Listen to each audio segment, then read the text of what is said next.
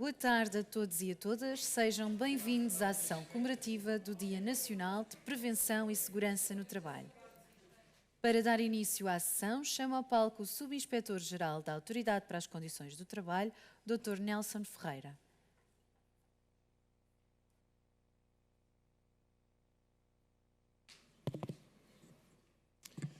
Ora, muito boa tarde a todos e a todas. Agradeço a vossa participação neste evento. Em nome da Sra. Inspetora-Geral, Dra. Fernanda Campos, a vossa presença é essencial e quero agradecer em particular aos membros do Conselho Consultivo de Segurança e Saúde do Trabalho da ACT que aqui estão presentes, parceiros sociais, também aos excelentíssimos oradores, a Dra. Mafalda Troncho e ao Sr. Professor João Ariosa, a presença neste evento. Este evento, e não tomando muito o vosso tempo, é um evento essencial para nos lembrarmos deste Dia Nacional de Prevenção da Segurança e Saúde no Trabalho.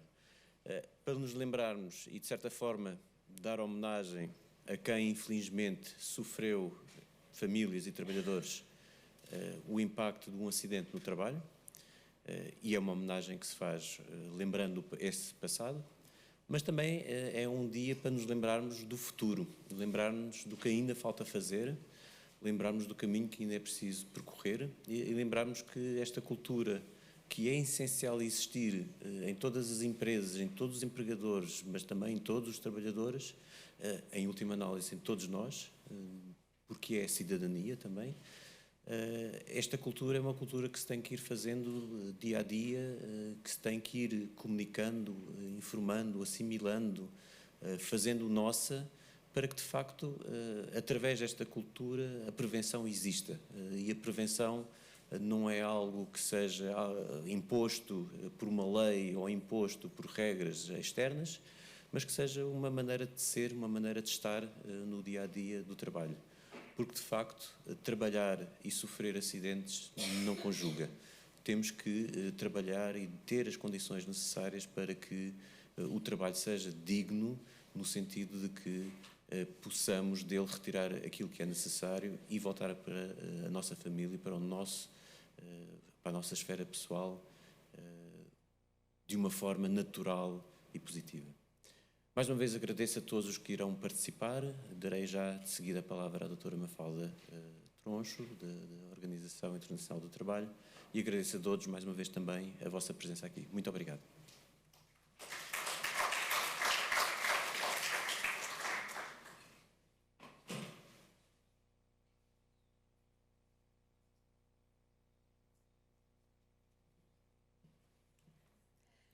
Boa tarde a todos e a todas. Antes de começarmos, e se me permitem, não querendo, obviamente, introduzir outro assunto que não seja este que me trouxe aqui hoje, mas estando no IFP e tendo tido hoje a notícia de que perderam um colega vosso, que ainda por cima trabalhou tantas vezes com a OIT e de quem éramos muito amigos, queria deixar à direção do IFP e aos colegas do IFP os nossos pêsames. Começava então a minha intervenção.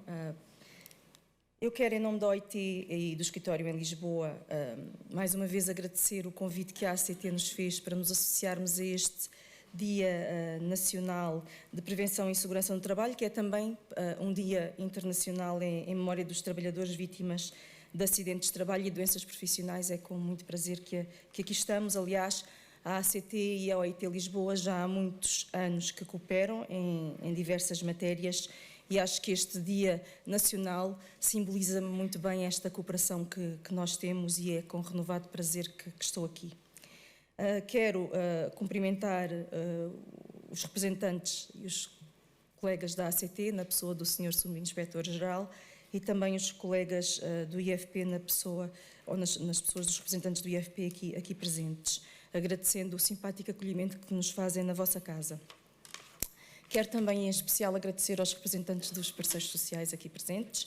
É com muita expectativa que aguardo a mesa de discussão que se segue a estas duas intervenções e cumprimento o Sr. Professor João Ariosa e todos e todas os participantes.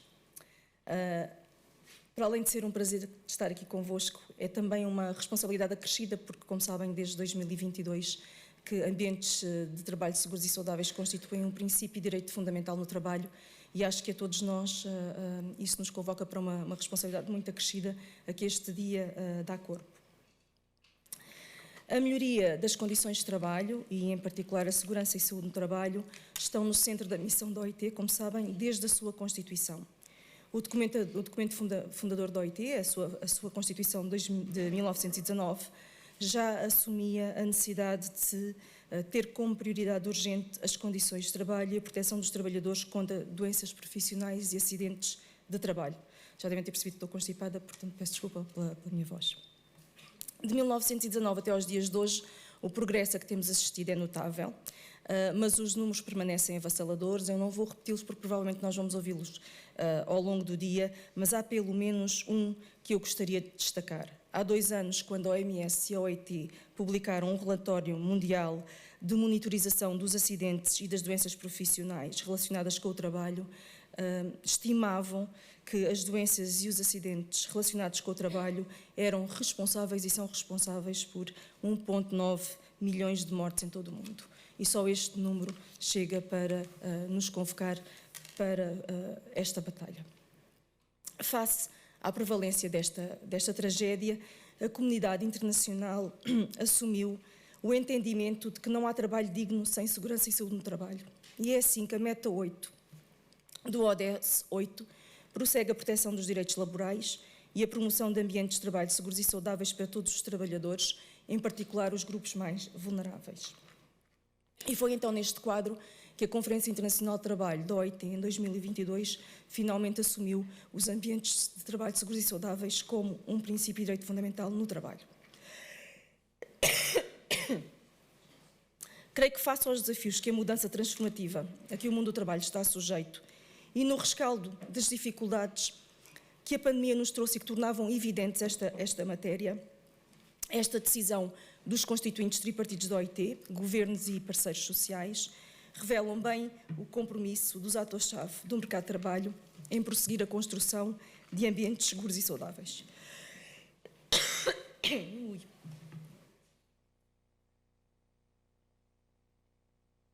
Como referi, e a designação não é minha, era do anterior diretor-geral da OIT, Guy Ryder, o mundo do trabalho está confrontado com uma mudança transformativa. E essa mudança é transformativa não tem nenhum paralelo em termos de ritmo, escala e profundidade. Ela tem 4 impulsionadores principais.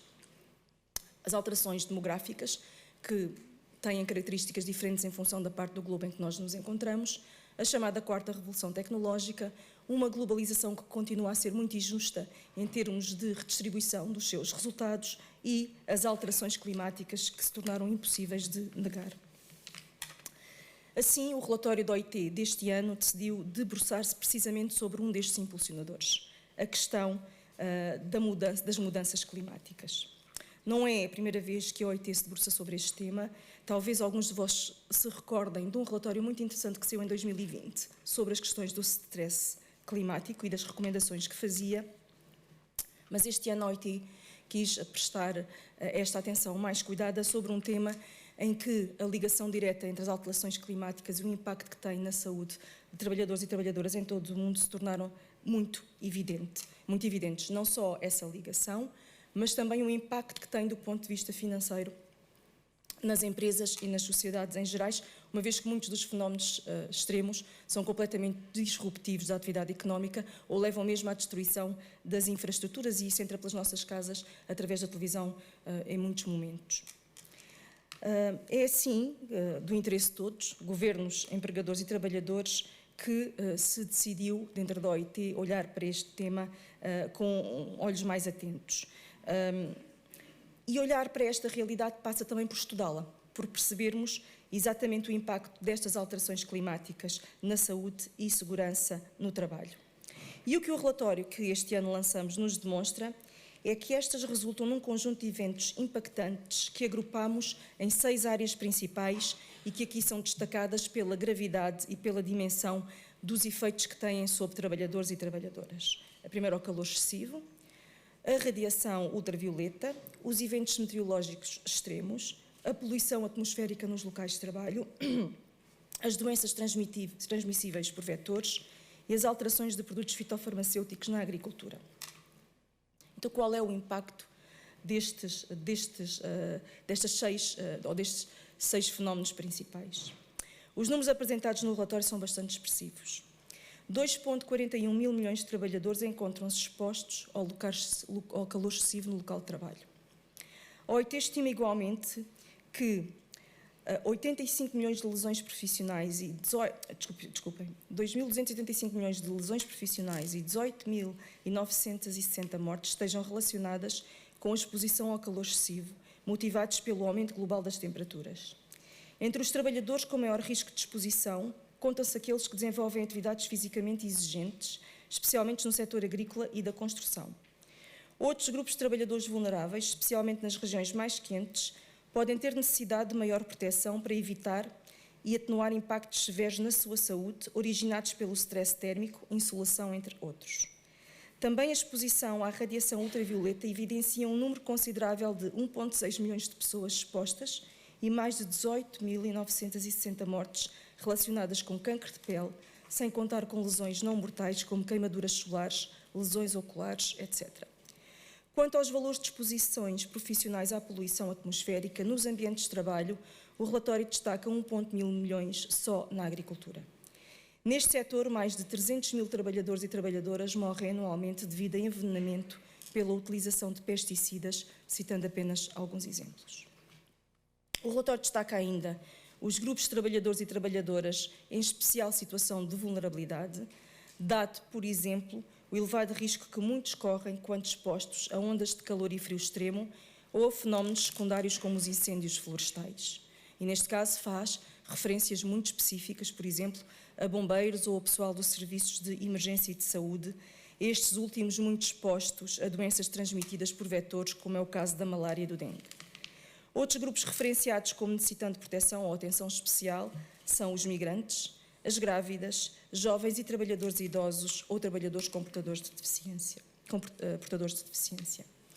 O relatório prossegue explorando e analisando respostas nacionais, incluindo nova legislação produzida, regulamentos e orientações e melhoria das estratégias de mitigação do impacto do clima, nomeadamente através da introdução de medidas de eficiência energética nos ambientes de trabalho.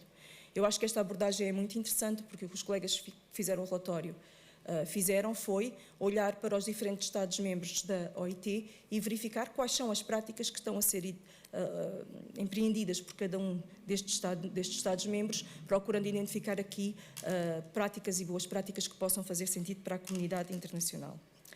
Do lado das boas notícias, verificam-se já alguns progressos nas legislações de vários países.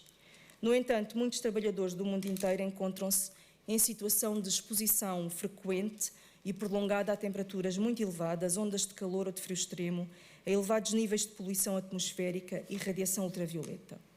E o problema é que em muitas partes do mundo estes trabalhadores não têm outra alternativa, senão continuar a trabalhar nessas condições extremamente adversas. Torna-se assim indispensável a prossecução e a coerência por parte dos decisores políticos de políticas climáticas, de saúde pública e de segurança e saúde no trabalho para prevenir riscos climáticos. Mas não são só os governos que têm uma responsabilidade. As próprias empresas desempenham aqui nesta matéria um papel muito importante, adotando soluções inovadoras e sustentáveis de mitigação e adaptação climática. Também existem outros instrumentos de que as empresas se podem socorrer, tais como a integração das dimensões da sustentabilidade ambiental e social e da governação, integrando uma promoção de uma cultura preventiva de segurança e saúde no trabalho a todos os níveis da sua atividade. Não é só prevenir, é também conseguirmos integrar muitas outras dimensões na forma como produzimos que possam concorrer para a mitigação destes riscos. No entanto, também só aqui à parte, o próprio relatório, como em outras matérias que nós temos vindo a analisar todos os anos, também alerta para o facto de que as chamadas tecnologias verdes podem, por si só, encerrar também ou ampliar alguns dos perigos e riscos em matéria de segurança e saúde no trabalho, pelo que elas têm que ser muito bem pensadas e enquadradas quando se pretende seguir esse caminho. Finalmente, gostava de deixar uma palavra para o papel dos parceiros sociais e do diálogo social. Porque também nesta matéria o diálogo social se revela fundamental para termos bons resultados e pode concretizar-se mais facilmente através de organismos tripartidos nacionais ou através de comissões bipartidas a nível do local de trabalho. Aliás, como se pode ler no relatório, e vou citar, o diálogo social entre governos e parceiros sociais é igualmente necessário para desenvolver políticas de mitigação e de adaptação às alterações climáticas, uma vez que são os trabalhadores e as trabalhadoras e os empregadores que se encontram melhor posicionados para encontrar as soluções mais adequadas para os locais de trabalho para fazer face a estes riscos. Eu creio que a mesa redonda que vamos ter vai ser muito interessante para perceber um bocadinho melhor este papel dos parceiros sociais. Deixo-vos com 2 notas finais que o relatório também destaca. A primeira, o relatório destaca, a segunda sou eu que destaco. A primeira diz respeito ao facto que a OIT já hoje dispõe de um quadro normativo que é capaz de enquadrar estes novos desafios que em matéria de alterações climáticas se colocam no mundo do trabalho. O relatório identifica claramente cada uma das convenções e das recomendações em cada um destes grandes grupos de riscos que eu identifiquei. A OIT, por outro lado, permanece muito atenta à mudança transformativa que a todos nos convoca e não deixará de prosseguir respostas de forma tripartida que protejam os trabalhadores e as trabalhadoras e que podem assumir novas normas internacionais de trabalho, se isso fizer sentido, códigos de conduta, investigação científica, formação, orientações técnicas, entre outros. Finalmente, e esta é uma nota que eu gostaria de deixar, porque tenho aproveitado isto nos últimos anos em que nós temos celebrado este dia, nós renovamos também este ano o apelo à integração da segurança e saúde no trabalho nos sistemas de educação e de aprendizagem ao longo da vida, como um elemento muito importante para conseguirmos, de facto, integrar as pessoas no mundo do trabalho, adaptando-as, permitindo que se adaptem à mudança e que também possam prevenir, e que se possam prevenir riscos associados à sua atividade. E gostava de recordar que em Portugal nós temos um importante referencial de educação para o mundo do trabalho. Este referencial, cuja construção foi coordenada pelo Ministério da Educação através da Direção-Geral de Educação e que contou com o trabalho de uma equipa que era composta pela ACT, pela OIT, pela ANCEF, pelo IFP e que contou também com os contributos dos parceiros sociais e da CIT, integra um conjunto de matérias que eu acho que podem facilitar esta integração desta cultura de prevenção a partir da educação ao longo de todo o percurso educativo. E eu chamo sempre a atenção porque este referencial, para poder ser utilizado pelos professores junto dos alunos, tem que ser escolhido e, portanto, naquilo e nesse espaço em que nós nos movemos, se pudermos ir dando visibilidade a este referencial, eu acho que isso seria muito interessante. Como sublinhado pelo OIT neste dia, é evidente que as alterações climáticas já são responsáveis por riscos adicionais significativos para a saúde de trabalhadores e trabalhadoras. É assim indispensável que estejamos atentos. Trabalhar num ambiente seguro e saudável foi reconhecido como um princípio e direito fundamental no quadro da OIT. Temos de respeitar este compromisso no contexto das alterações climáticas, tal como outros contextos. E eu acho que a melhor forma que nós temos de dar corpo a este desígnio de termos tornado os ambientes seguros e saudáveis num princípio e direito fundamental no trabalho passa exatamente por isto, por nós termos esta capacidade de perceber a pressão que existe sobre os nossos mercados de trabalho, para tentar antecipar o que podem ser os novos riscos e de podermos atuar sobre eles, evitando que os números possam ganhar dimensões ainda mais assustadoras. Muito obrigada a todos e a todas e bom trabalho.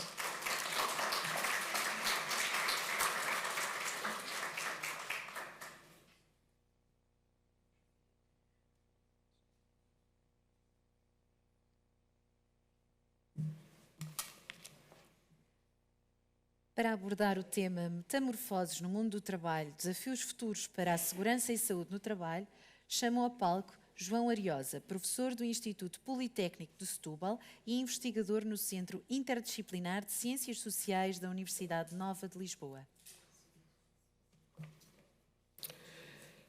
Boa tarde a todos. É um privilégio enorme estar aqui convosco.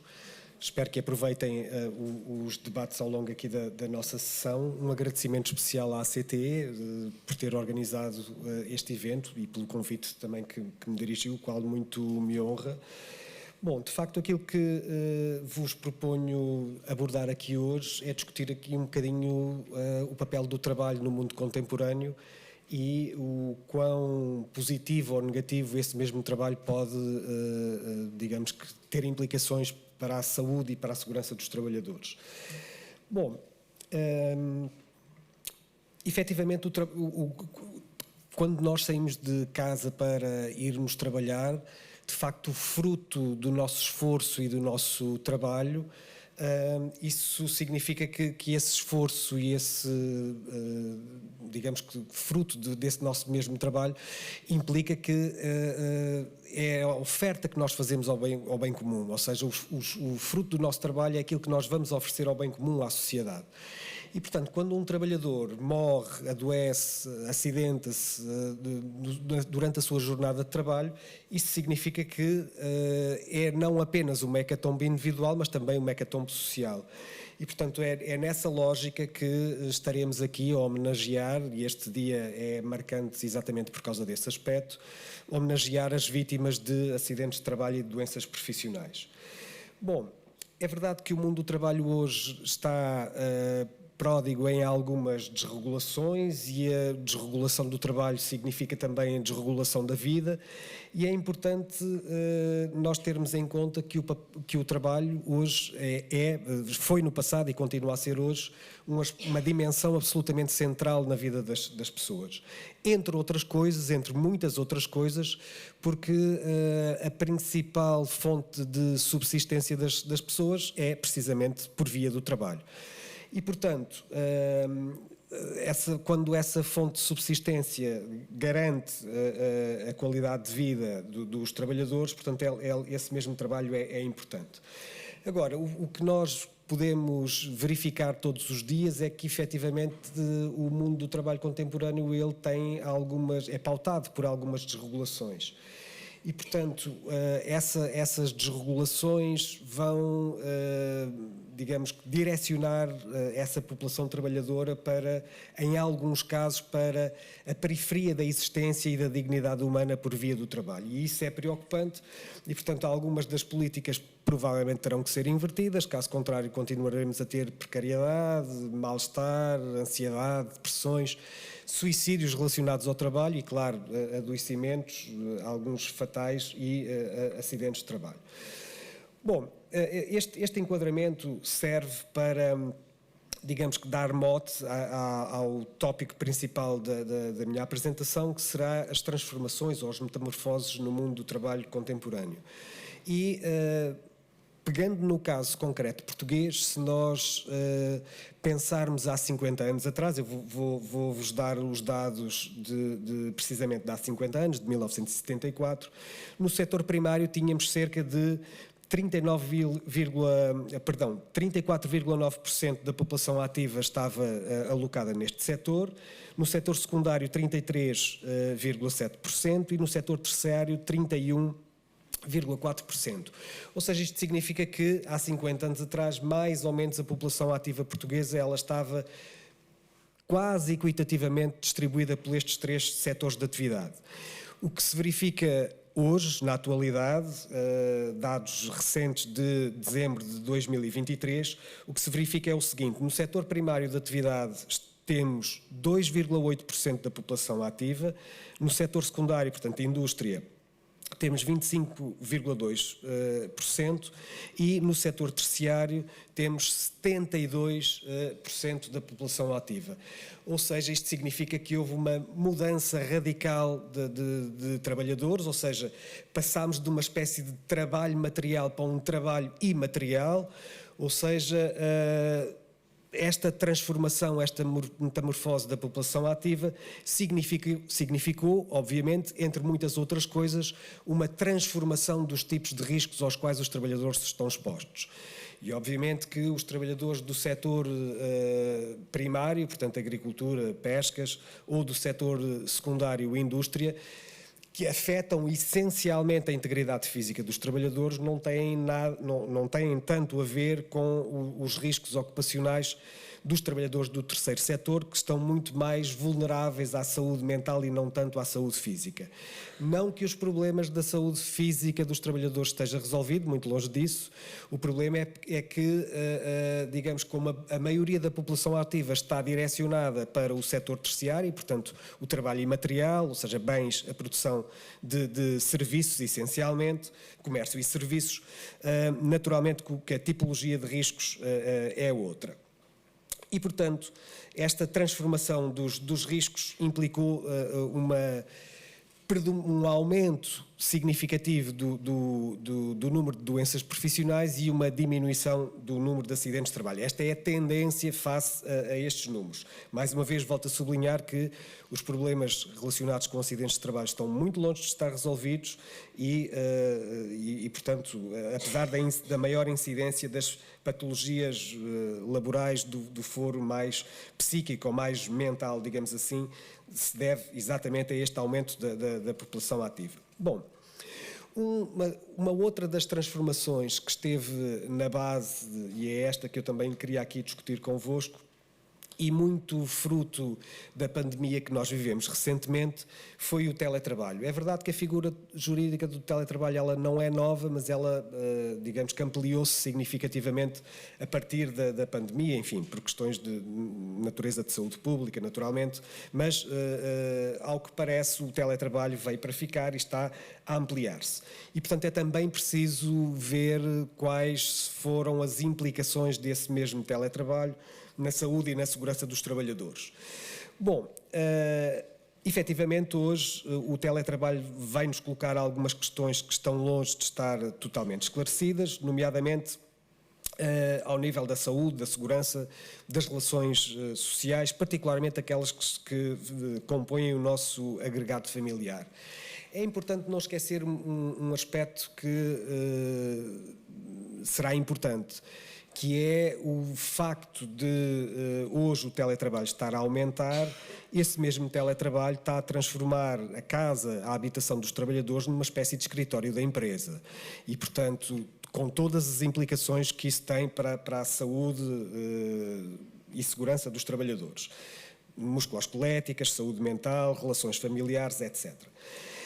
Outro problema associado ao teletrabalho é que antigamente, ou seja, em formato mais tradicional de trabalho, tínhamos uma jornada de trabalho, um horário de trabalho, em que o trabalhador ou a trabalhadora estavam no seu ambiente de trabalho e sabiam que quando terminava aquele horário era suposto terminar a jornada de trabalho.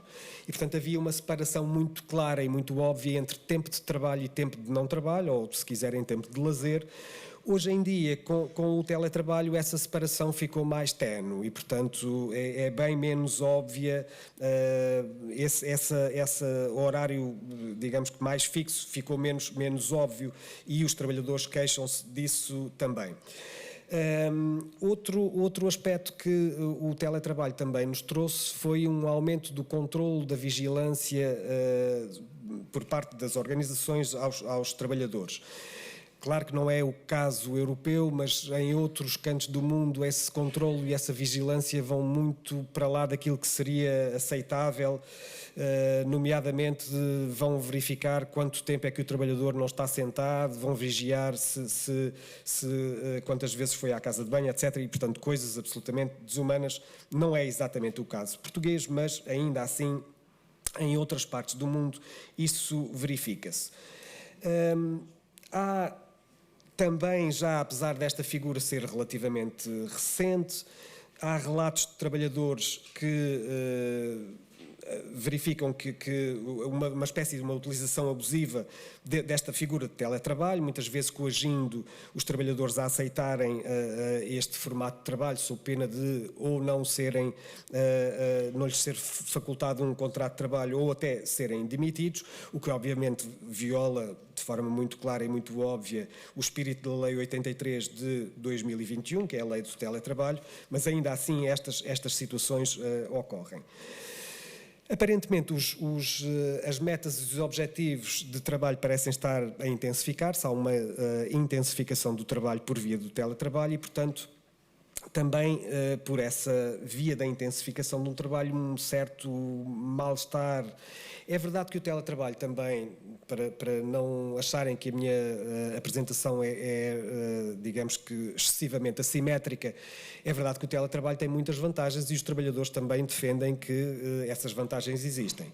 Por exemplo, perdem menos tempo nas deslocações para o trabalho, enfim, consomem, eventualmente quem se desloque para o trabalho trabalho de automóvel não gasta o combustível e, portanto, tem vantagens, naturalmente, que são óbvias e os trabalhadores reconhecem-nas. No entanto, os outros aspectos também são importantes e eles são menos óbvios. Um dos aspectos mais marcantes relativamente ao teletrabalho é que se perde muito a figura da construção do coletivo de trabalho. Trabalhar implica relacionar-nos com os outros e interagirmos com os outros, termos empatia com os outros, salvaguardarmos a integridade física e psíquica dos outros. É isso que significa a construção de coletivos de trabalho saudáveis. E por via que implica relações de confiança, olhos nos olhos.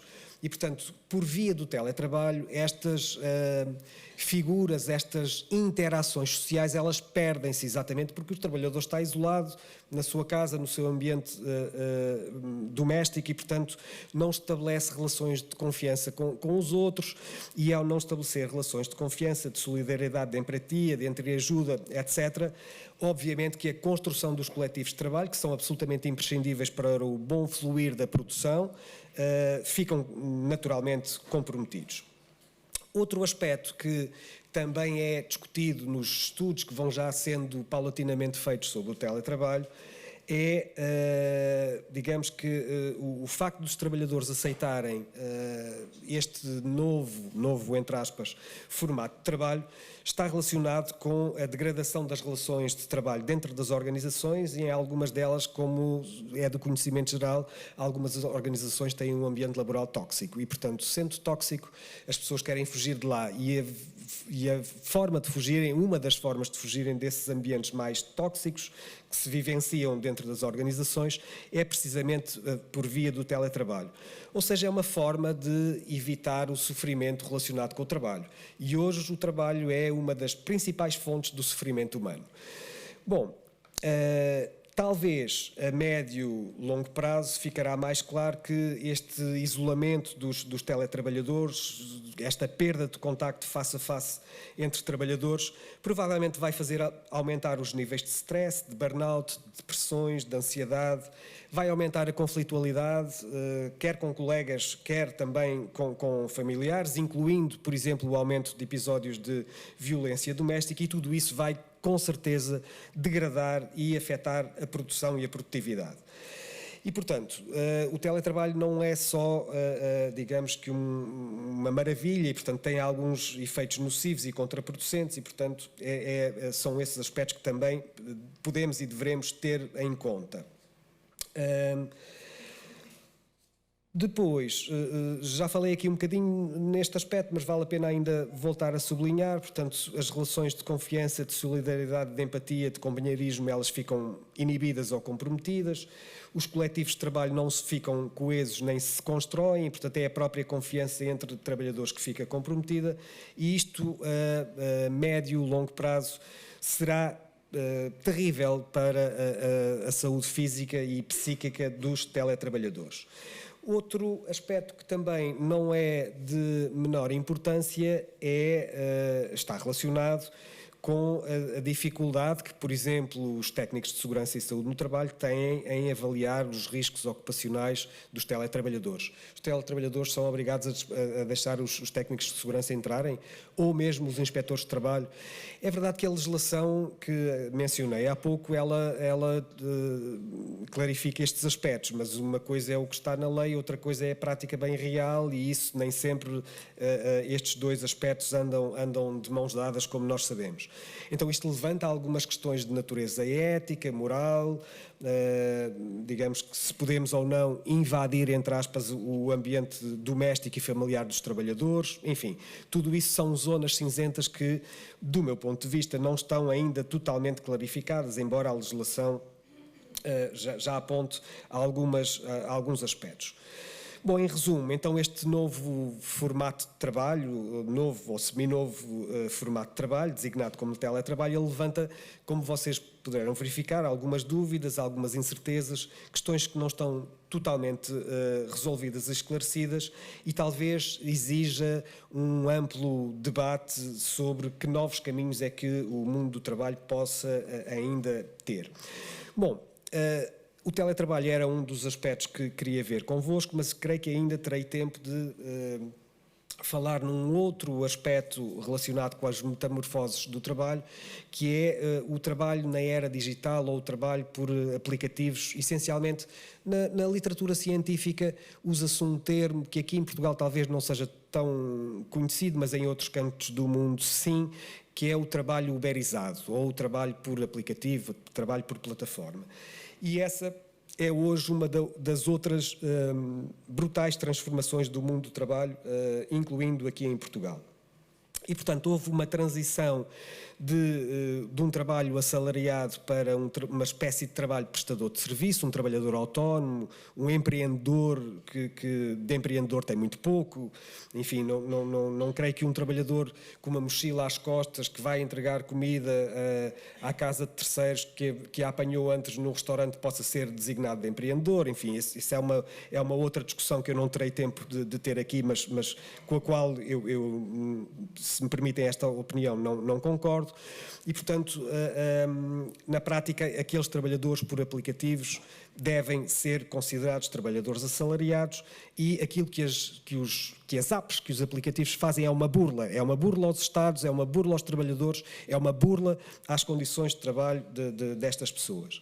Entre outras coisas está o aumento das metas, o baixar salários, o aumentar a sujeição dos trabalhadores e a explorar cada vez mais a força de trabalho e a mão de obra. Alguns dos últimos dados de trabalhadores europeus indicam que 20% das ocupações formais são apenas, só 20% são considerados apenas de empregos com boa qualidade e 13% dos trabalhadores relatam que trabalham sob pressão. Bom, as tecnologias digitais, a gestão algorítmica feita por esses aplicativos acarretou novos riscos, novas formas de vivência, de isolamento e há uma transitoriedade entre o trabalho e a falta de uma perspectiva de carreira que esses mesmos trabalhadores têm. Este trabalho uberizado é uma espécie de algoritmocracia, ou seja, o algoritmo é que controla, é que comanda todas as demandas daqueles trabalhadores e, portanto, há uma ligação entre os aplicativos e os clientes e estes trabalhadores servem de intermediários, digamos assim. Estou a falar aqui de vários tipos de trabalhadores. Aqueles entregadores de comida, os que conduzem aquilo que é o transporte de passageiros, reparações domésticas, limpezas domésticas. Estes são os mais óbvios, mas hoje também já há trabalhos de explicadores, professores, enfermeiros, cuidadores de idosos, médicos, enfim, todos esses trabalhadores também já são alvo dos tentáculos destas plataformas e, portanto, alvos da degradação da qualidade de um trabalho digno, vamos lhe chamar assim. E, portanto, estas plataformas digitais o que fizeram foi aumentar a desigualdade social e a precariedade e gerar a instabilidade na vida de muitos trabalhadores. Atenção que hoje o trabalhador por aplicativos ele não é despedido, ele é desligado, está desconectado, muitas das vezes sem aviso prévio. E, portanto, no início da minha apresentação disse-vos que o trabalho é central, entre outras coisas, porque a garantia da subsistência desses mesmos trabalhadores é feita por via do trabalho e, portanto, quando a precariedade é total e absoluta, não há nenhuma garantia que o trabalhador tenha rendimento para subsistir no dia a seguir. E é este tipo de trabalho que nós estamos a oferecer às novas gerações. E, portanto, estes trabalhadores são uma espécie de nómadas urbanos que sobrevivem e subsistem através de um subemprego, ou seja, transformaram-se numa espécie de subcidadãos na atualidade. E, portanto, é profundamente degradante estes novos formatos de trabalho. Jornadas de trabalho de 12, 14, 16 horas por dia, ou seja, isto é um absoluto retrocesso civilizacional que nós estamos a viver neste momento e, portanto, é, do ponto de vista do direito do trabalho, absolutamente inaceitável termos situações deste tipo.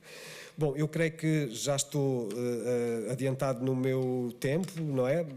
Bom, então talvez ainda possa dizer aqui mais algumas palavras. De facto, os trabalhadores uberizados, eles não têm nenhum tipo de proteção social por parte das empresas e ainda assim são penalizados pelo tal algoritmo se tiverem algum atraso ou se surgir algum dano no bem que estão a entregar. Outro aspecto que não é de menor importância aqui nos trabalhadores por aplicativo é que todos os riscos foram transferidos para os trabalhadores.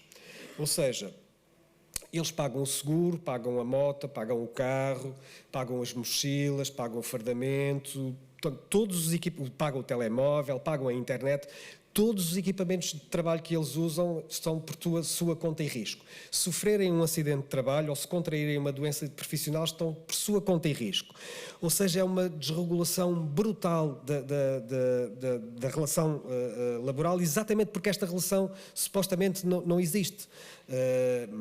Mais uma vez volto a sublinhar que é um falseamento por parte dos aplicativos estarem a fazer esta situação. Bom,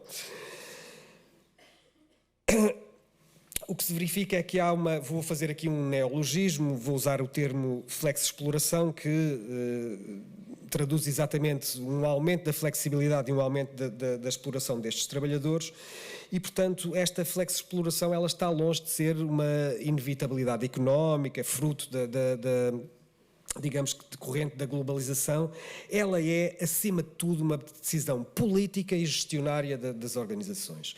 É importante que não esqueçamos este aspecto. Portanto, ninguém obriga as organizações a terem este tipo de práticas e a gerirem os trabalhadores desta forma.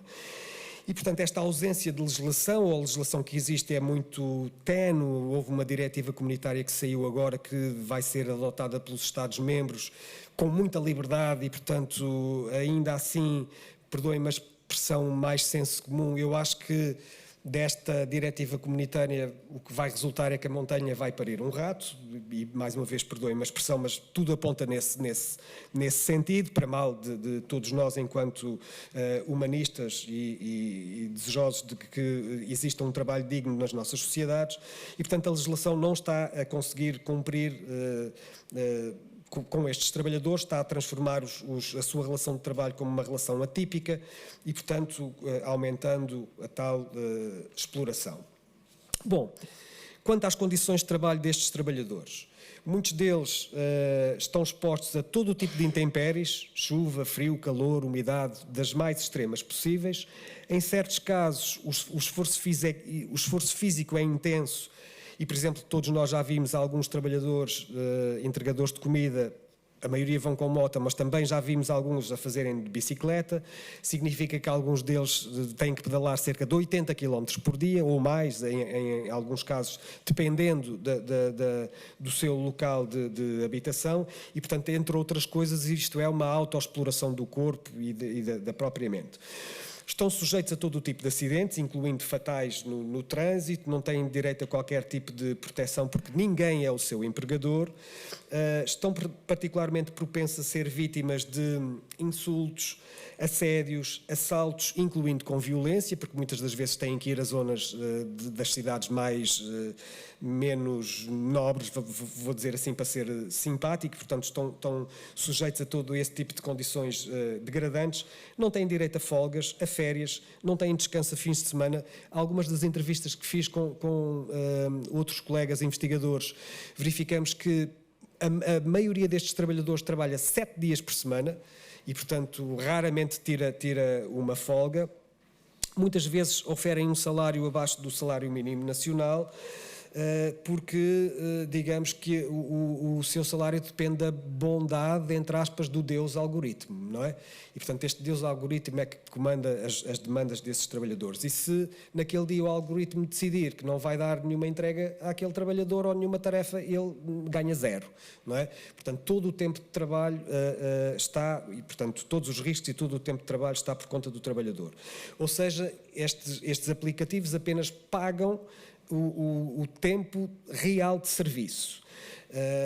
Se nós fizermos aqui um bocadinho de história e formos aos mentores da Organização Científica do Trabalho, nomeadamente Taylor e Ford, enfim, o toyotismo mais tarde, aquilo que verificamos é que a Organização Científica do Trabalho o que pretende é eliminar os tempos de não trabalho, os tempos não produtivos, os tempos mortos, não é? Eliminar ao máximo, mas nunca é possível eliminar em absoluto esses tempos mortos. O que os aplicativos fizeram foi exatamente esse sonho que o Taylor e o Ford não conseguiu concretizar, ou seja, transferiu todo o tempo de não trabalho para os trabalhadores. Isto significa que todos os riscos estão do lado dos trabalhadores. Então, para além disso, estes trabalhadores têm uma fraca visibilidade social, uma ausência de reconhecimento e há também muitos estudos que nos indicam que a fraca visibilidade social faz aumentar as patologias psíquicas e o adoecimento dos trabalhadores. Bom, agora sim, creio que já estou muito em cima da hora de terminar. Só apenas uma última reflexão que vos queria deixar.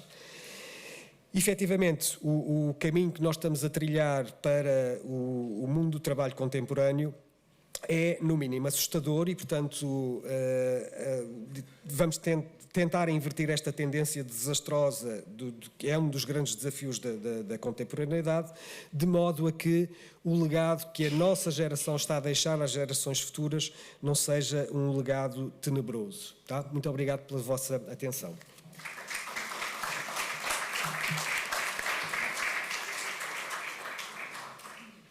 Passaremos agora à mesa redonda, a segurança e saúde no trabalho depois da Revolução de Abril, os impactos das mudanças climáticas, que será moderada pela Diretora de Serviços da Promoção de Segurança e Saúde no Trabalho da ACT, doutora Paula Sousa, e chamo ao palco os parceiros sociais que irão participar nesta mesa redonda. José Palha, da Confederação dos Agricultores de Portugal, Marcelino Pena Costa, da Confederação do Comércio e Serviços de Portugal, Alexandra Freire, da Confederação Empresarial de Portugal, Fernando Gomes, da CGTP-IN e Wanda Cruz, do Secretariado Nacional da União Geral de Trabalhadores.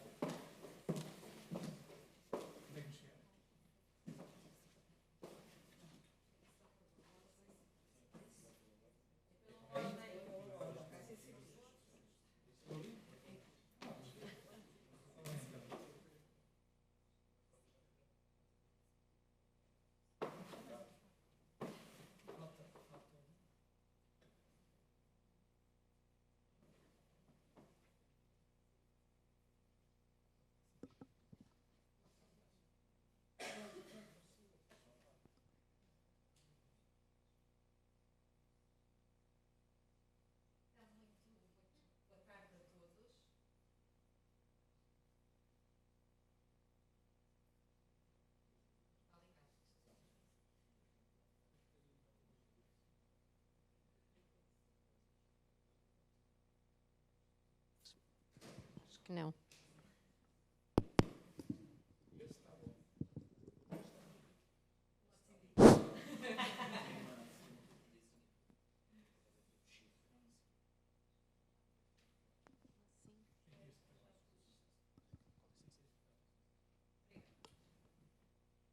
Ora, muito boa tarde a todos. Então, eu vou começar por apresentar aqui os meus ilustres colegas de mesa. E começo aqui ao meu lado. Temos José Pereira Palha, é desde 2014 presidente da direção da Associação Nacional dos Produtores de Cereais, Oleaginosas e Proteaginosas. Tem ampla experiência nos assuntos agrícolas e de política agrícola, representando o setor das culturas aráveis português junto da Comissão Europeia. Ao seu lado temos Marcelino Pena Costa, membro a título individual do Conselho Geral da CCP, Confederação do Comércio e Serviços de Portugal. É membro efetivo, entre outros, do Conselho de Administração da EOSHA e da Eurofound, assim como de 2 grupos de trabalho, delegado empregador às conferências da Organização do Trabalho e da campanha europeia da EOSHA.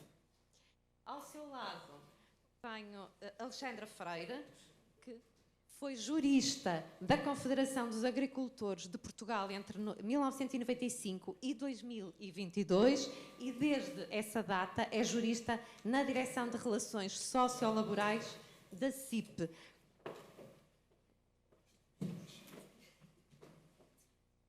Estamos a começar. Está mesmo a tempo. E continuo, portanto, desde Alexandra Freire, desde 2022, é jurista na Direção de Relações Sociolaborais da CIP, Confederação Empresarial de Portugal, onde acompanha os desenvolvimentos políticos e técnicos em matérias sociolaborais ao nível nacional, europeu e internacional. E entre as várias matérias que tem vindo a acompanhar, inclui-se a segurança e saúde no trabalho. Ao seu lado, agora aqui ficou trocado, José Coutinho Viana é advogado em prática societária desde 2000 na área do direito do trabalho. Segue-se Fernando Gomes, membro do Secretariado e do Conselho Nacional da CGTP-IN, direção do Centro de Arquivo e Documentação, representante da CGTP-IN no Conselho de Administração do Instituto de Emprego e Formação Profissional e coordenador da Comissão de Trabalhadores do Grupo Pestana Pousadas. E Wanda Cruz, secretária executiva da UGT desde 2009, representante dos trabalhadores portugueses no Conselho de Administração no Eurofound, representante dos trabalhadores portugueses no Conselho de Administração da EOSHA e suplente do porta-voz dos trabalhadores no Bureau, representante também dos trabalhadores portugueses no Comitê Consultivo da Comissão Europeia para a Segurança e Saúde no Trabalho. E eu começo por agradecer a todos a vossa presença aqui, por estarem aqui hoje conosco, neste dia, nesta sessão que é comemorativa do Dia Nacional de Prevenção e Segurança no Trabalho, tal como aqui já foi referido, o dia em que se homenageiam as vítimas de acidentes de trabalho e de doenças profissionais, em que homenageamos todos aqueles que viram as suas vidas de alguma forma alteradas devido a condições de trabalho menos dignas e, sobretudo, a todos aqueles que perderam a sua vida por não terem podido exercer a sua profissão num ambiente de trabalho seguro e saudável. Mas estamos também no ano em que se assinalam os 50 anos do 25 de Abril. E daí também o tema desta mesa redonda, que é a segurança e saúde no trabalho, depois da Revolução de Abril, as metamorfoses no mundo do trabalho, como lhe chamou há pouco o professor João Ariosa, entre elas as mudanças climáticas. E, sendo assim, o desafio que eu vou lançar a cada um é que nos dê a sua perspectiva, a sua visão relativamente às conquistas após o 25 de Abril em matéria de segurança e saúde no trabalho, o que é que mudou desde então, até estas transformações que acabamos de ouvir, estas transformações a que assistimos atualmente e os respectivos impactos na segurança e saúde dos trabalhadores e nas empresas, e o papel que o diálogo social desempenhou naquela evolução e na melhoria das condições de trabalho e que continua a desempenhar, nomeadamente para fazer face a todos estes novos desafios que se nos colocam. E começo aqui, o José Palha, que está mesmo aqui ao meu lado. Eu passo este e vou buscar aquele.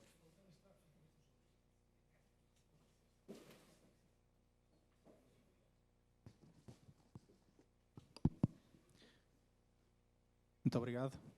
Muito boa tarde a todos e, em primeiro lugar, quero agradecer à ACT o convite para estar aqui a falar um bocadinho sobre estes assuntos que tanto dizem ao setor que eu estou aqui a representar, que é o setor da agricultura.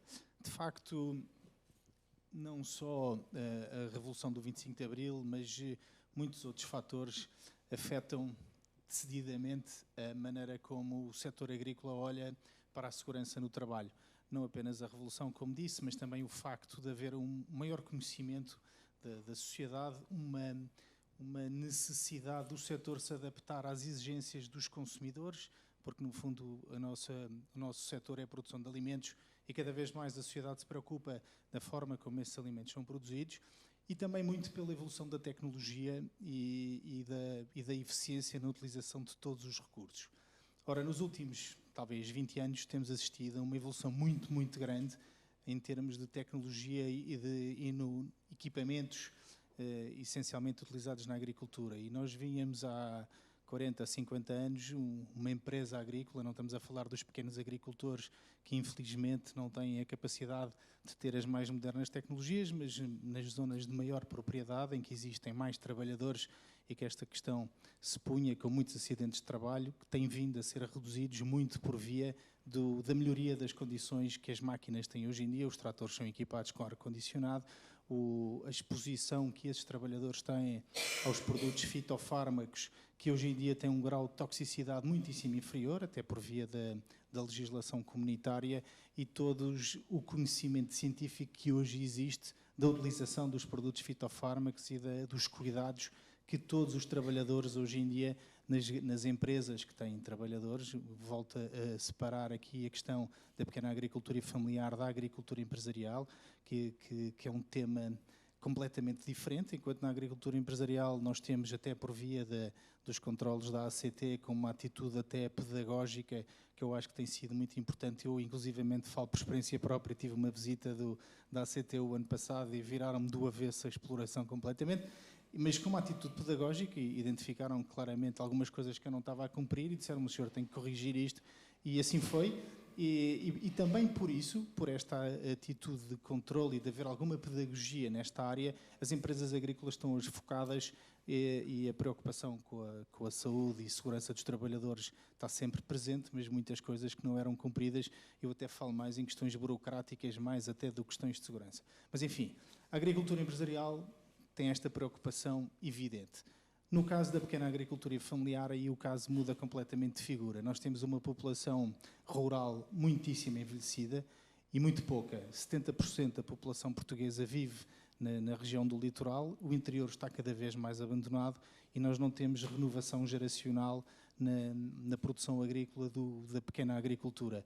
E por isso temos agricultores envelhecidos com pouca ou nenhuma formação académica, apenas a sua experiência, e que fazem quase tudo mal.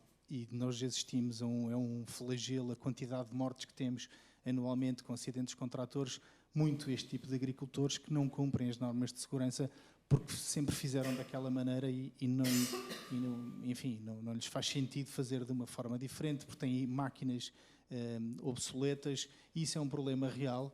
E eu acho que a política agrícola comum também na aplicação em Portugal vai no sentido de auxiliar esses pequenos agricultores, mas é uma tarefa difícil, especialmente pelo envelhecimento da população ativa nessa área. E no fundo, a questão que nós temos aqui mais preocupante, e pegando no tema das alterações climáticas, é de facto, nós estamos neste clima mediterrâneo sujeitos a fenómenos extremos cada vez mais frequentes, especialmente as secas e as ondas de calor, e há uma parte do setor agrícola que inevitavelmente tem que trabalhar ao ar livre. Estamos a falar daquelas atividades que têm uma mão de obra mais intensiva, e temos assistido a uma vaga de imigrantes que está a colmatar essa falha na mão de obra nacional, que não há hipótese, outra solução se não trabalhar ao ar livre. E estamos a falar de atividades pecuárias em extensivo, enfim, uma quantidade de atividades que este setor, por muito que se tente, pode-se melhorar e minorar os riscos a acidentes de trabalho. Isso claro que se pode, mas é sempre impossível ter a mesma condição de trabalho de quem trabalha no escritório com temperatura controlada, quem tem que trabalhar no campo. Podem-se obviamente, como toda a vida se fez, aliás, no Alentejo, toda a vida houve secas e ondas de calor e as pessoas na altura do verão começam a trabalhar mais cedo e acabam de trabalhar mais cedo exatamente para evitar essa exposição. Mas no fundo é uma preocupação, obviamente que será uma preocupação do setor e alerta para essas situações e parece-me que vamos no caminho certo para cada vez mais dar melhores condições de trabalho a este setor que é absolutamente fundamental, porque todos nós precisamos de comer 3 vezes por dia. Muito obrigada. E eu pegando precisamente no que, portanto, nesta parte final, eu diria, Marcelino, que há conquistas de facto a celebrar, mas que há também um caminho ainda a percorrer e um caminho agora também com novos desafios. Muito boa tarde a todos, caros colegas, Inspeção de Trabalho, OIT, IFP. Boa tarde. Antes de lhe responder, as pessoas que me conhecem já sabem, ele não regula lá muito bem da cabeça e tal. Bem, eu tenho 3 notas antes disso.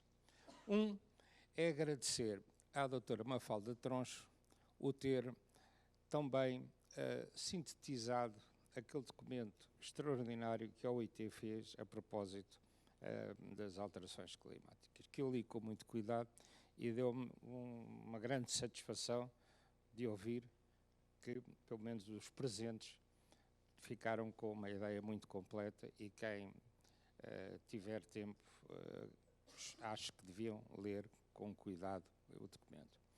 Segundo, uma nota para o professor João Ariosa.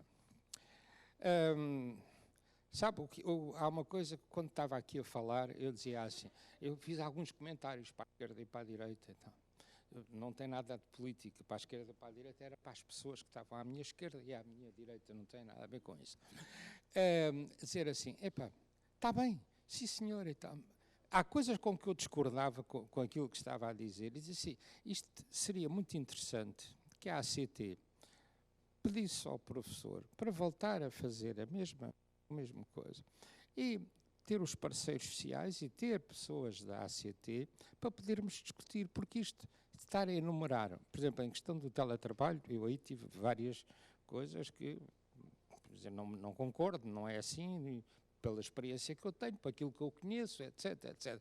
E depois, falarmos disto tudo, destes males todos que vêm pela nossa frente, e não dizermos assim, temos que procurar um caminho a experimentar poderia ser este ou poderia ser aquele, portanto, para mim ficou incompleta a sua intervenção, peço-lhe desculpa da minha frontalidade, mas eu sou assim. Terceira e última, quando tiver que me cortar o pio, diga, terceira e última coisa, quer dizer, a comemoração desta data, há anos a esta parte que os parceiros sociais no Conselho Consultivo da ACT, têm sentido que há uma degradação enorme daquilo que era a maneira como a ACT e nós comemorávamos e fazíamos umas sessões com o triplo das pessoas que aqui estão, íamos à Assembleia da República, etc, etc. Isso perdeu-se e não se pode perder, Pronto, está bem. Quando foram, parte desta conversa já tive na presença da doutora Mafalda, porque já fizemos uma sessão sobre os 50 anos e o antes e o depois. É assim, eu, por exemplo, nestas comemorações do 25 de Abril, achei uma coisa extraordinária, como é que era possível tanta gente, desde os políticos, desde os manifestantes, desde os comentadores políticos, toda a gente referir a democracia, fantástico, isto e aquilo, é que no tempo da outra senhora havia presos políticos, havia isto e havia aquilo e havia aquilo, pronto, aquelas coisas não se podia falar, não se podia pensar, não se podia dar. E não ouvi se calhar, o problema é meu, mas eu achava que devia ter ouvido várias vezes que mais de metade da população não tinha água em casa, mais de metade da população não tinha eletricidade, nem tinha esgotos, nem tinha frigoríficos, nem tinha nada dessas coisas. E a felicidade e a alegria que as pessoas tiveram quando, no 25 de Abril, até porque aumentaram os salários naquela altura, puderam comprar frigoríficos. E eu vi nos supermercados pessoas a levarem dezenas de iogurtes, porque pronto, não havia, não se vendiam. E eu até disse a um casal que ia com o carro cheio de iogurtes: epá, olha que isso tem uma data de validade, vejam lá. E depois eles foram e deixaram lá metade do que levavam. Quer dizer, nós vivíamos nisto. O mundo empresarial foi a mesma coisa, tirando da CIP, que muito rapidamente se constituiu. Nós também tivemos um caminho de progressão e de andamento, de nos juntarmos, sobretudo nós, comércio e serviços, enfim, que é a extensão que tem em termos de empresas e de trabalhadores. Foi um processo que, pronto, primeiro constituíram-se as federações, e depois das federações é que se formou a confederação. Mesmo hoje na confederação, a parte dos serviços, embora seja muito ativa e representa obviamente a maioria dos trabalhadores e das empresas, ainda não tem uma autonomia total como deveria ter, mas enfim, pessoas como eu ainda estamos a lutar por isso, para sermos o terceiro verdadeiro pilar da Confederação. A Revolução, obviamente, que fez, o 25 de Abril fez imensas coisas, quer dizer, desde aquilo que toda a gente sabe falar, etc., etc., mas mudou radicalmente, porque os próprios empresários antes estavam proibidos de poder investir nisto ou naquilo ou naquele outro. Havia o condicionamento industrial, onde só determinadas famílias podiam aceder a determinadas, enfim, empresas de grande dimensão. Os outros eram as empresazinhas pequeninas e isso. Portanto, isso foi o primeiro passo fantástico, não só para os trabalhadores se poderem organizar, como para nós também nos podermos organizar. O outro passo fantástico vem quando começamos a perceber que não nos podemos odiar, como eu me lembro perfeitamente que isto era impossível um empresário ir falar com a CGTP, que naquela altura, pronto, era a unicidade sindical, era impossível falar com eles, porque eu não falo com patrões. E o salto fantástico que demos a seguir foi quando o diálogo bipartido começou. O diálogo tem que ser tripartido, porque isto é assim, nós não nos podemos esquecer, e sobretudo a ACT não se pode esquecer do seguinte: o legislador, seja ele qual for, de que governo for, agarra nas diretivas da OIT, aprova ou não aprova, promulgula ou não, assim como as normas da União Europeia, pronto, isso é obrigatório, adapta e põe.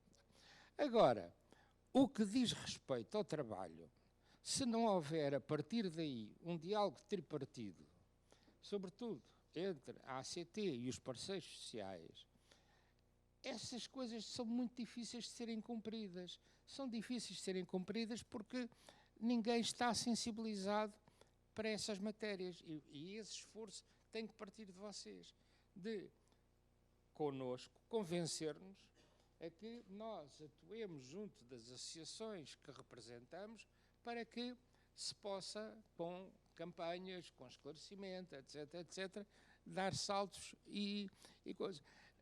Neste momento, e eu vou terminar, estou-me a portar bem, neste momento há um ataque inacreditável ao tripartismo. Por exemplo, as agências europeias que durante a pandemia, pronto, se fizeram via Teams todas as reuniões. A Comissão Europeia depois percebeu de repente que poupava centenas de euros, milhares de euros, se calhar, milhões de euros e tal, com estas reuniões presenciais, e começou a dizer que, pronto, a partir de agora é tudo via Teams. E há gente, como eu, que diz não. E por duas razões. Eu não tenho problema nenhum a fazer uma reunião via Teams, seja com quantidade for, para tratar de assuntos corriqueiros, para tratar de assuntos administrativos, etc. Para tratar de assuntos políticos, em que cada grupo, cada tripartismo, são três fiozinhos, e que mesmo assim não há unanimidade hoje dentro de cada fila, de cada fileira, e a gente vê na Europa e vê mundialmente que, por exemplo, vê-se na OIT, em que antigamente os governos tinham uma coesão, neste momento há grupos, mesmo dentro da África, dentro da Ásia e até na Europa, muitas vezes há ali umas certas divergências. Portanto, se nós que estamos interessados em fazer progredir a questão da segurança e saúde no trabalho e a melhoria das condições de trabalho e um bom ambiente dentro das empresas, nós temos que ter a consciência e defender o tripartismo. E o tripartismo passa-se muito na discussão cara a cara, porque eu não posso estar a ir negociar no computador, não é? Eu tenho que ir negociar, beber num café ou ir olha, eu vou à casa de banho, anda também à casa de banho, que é para a gente conversar ali ao cantinho. E negociarmos ao almoço, e negociarmos ao jantar, etc., e chegar-se a um equilíbrio. Caso contrário, não se chega a nenhum equilíbrio e as coisas andam para trás. E nós temos de ter a consciência que só não andam para trás se nós dialogarmos. Mas não, o dialogarmos não significa termos todos a mesma opinião. É sabermos defender as nossas opiniões e chegarmos a um consenso. Muito obrigado pela atenção e peço muita desculpa se fui demasiadamente exagerado. Não foi, não.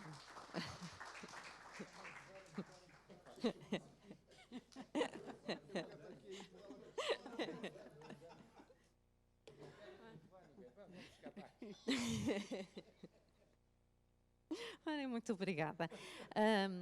E continuando aqui com estas questões, portanto, apesar, e já vimos que houve muita evolução, portanto, mas apesar desta evolução que se verificou, também estas mudanças no mundo do trabalho, todas estas transformações trazem oportunidades, mas também trouxeram algumas preocupações, nomeadamente em matéria de segurança e saúde no trabalho.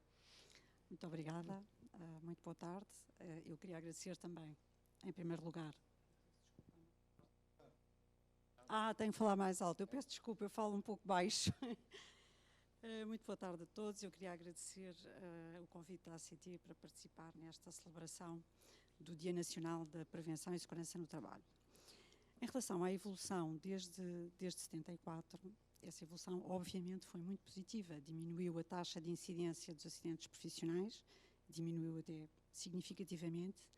No caso das doenças profissionais, de facto, os números não são tão claros, até parece ter havido algum acréscimo ultimamente, mas eu penso que isso também é um fator positivo, porque provavelmente se deve a uma maior notificação das doenças profissionais. Portanto, eu considero que globalmente a evolução em matéria de segurança e saúde no trabalho ao longo destes últimos 50 anos foi positiva. E eu gostaria de destacar alguns fatores que, do meu ponto de vista, contribuíram para essa evolução positiva.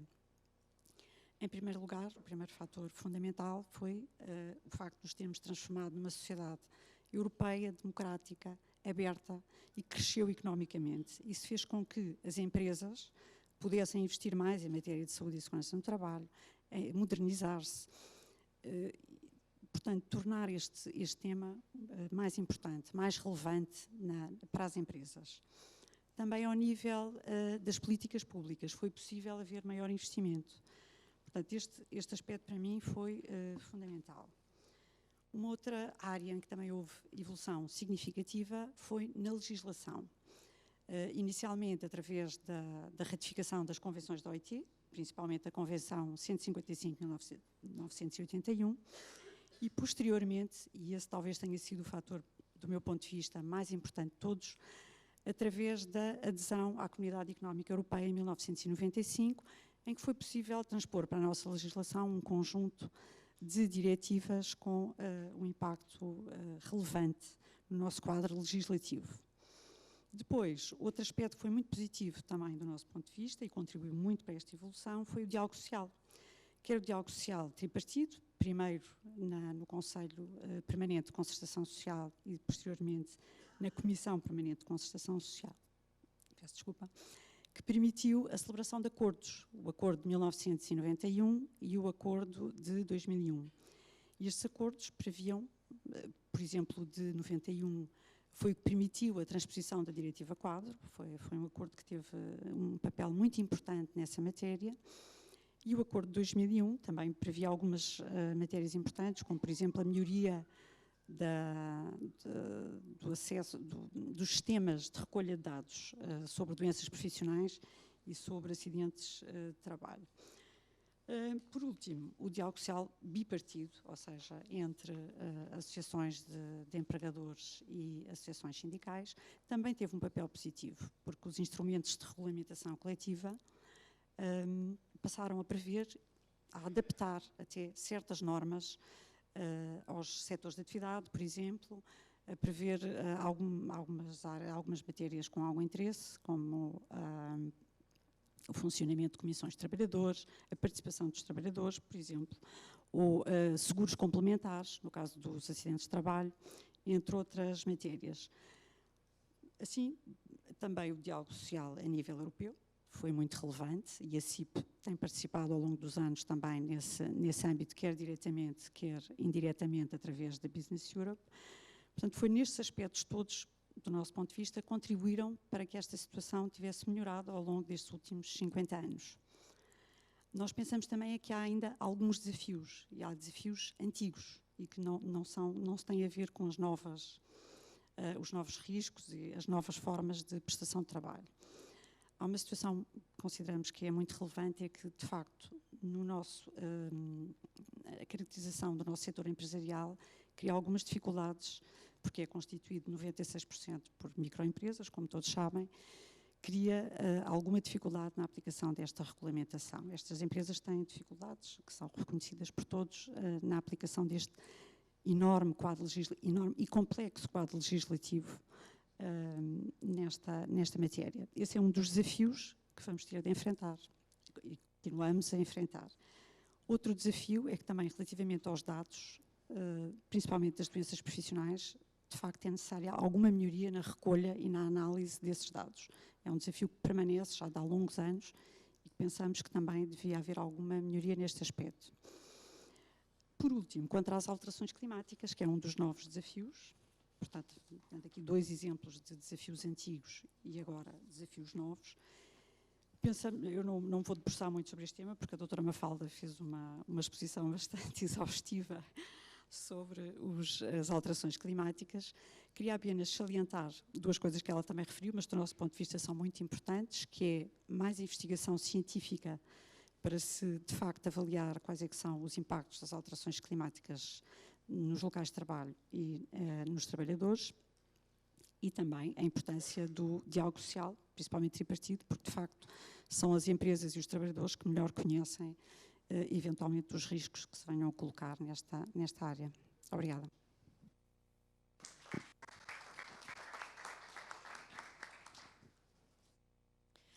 Muito obrigada.